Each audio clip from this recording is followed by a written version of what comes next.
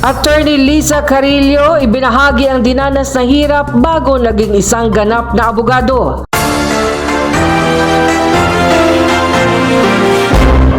Muling umarangkada ang programang Coffee Meer ng MDDCN-TV kung saan isang mahusay na abogado sa katauhan ni Attorney Liza Carillo, isang private practitioner lawyer dito sa DAET ang nakapanayam ni GM Mirna Dilihero kung saan naibahagi ni Attorney Carillo ang kanyang laban sa buhay bilang isang single mother mula sa pamilyang may simpleng pamumuhay pero narating niya pa rin na matupad ang pangarap na maging isang ganap na abogado. Mahirap po.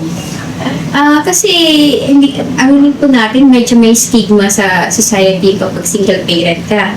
Although sa panahon natin ngayon, iba pa rin po yung dating kapag single parent yung isang babae, walang asawa. Parang, pag tinatanong nila, sino na pang asawa mo? Sabi ko, hindi po ako nag-asawa. Bakit naman? Medyo na-open po ako ng ganong klaseng tanong kung bakit. Kasi sabi ko, I have to explain myself. Hindi ko pwedeng gusto ko lang. Yung pag-take po ng bar examination, hindi na ako nag-enroll ng review center. Sa self-review lang po. Kasi mas parang tingin ko, mas kampante po ako na nasa bahay na nakikita ko yung mga anak ko.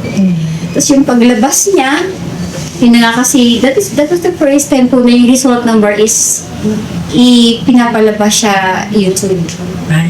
Doon kami nakaabang. Kita ko yung pangalan. Sabi ko, ako pa yun?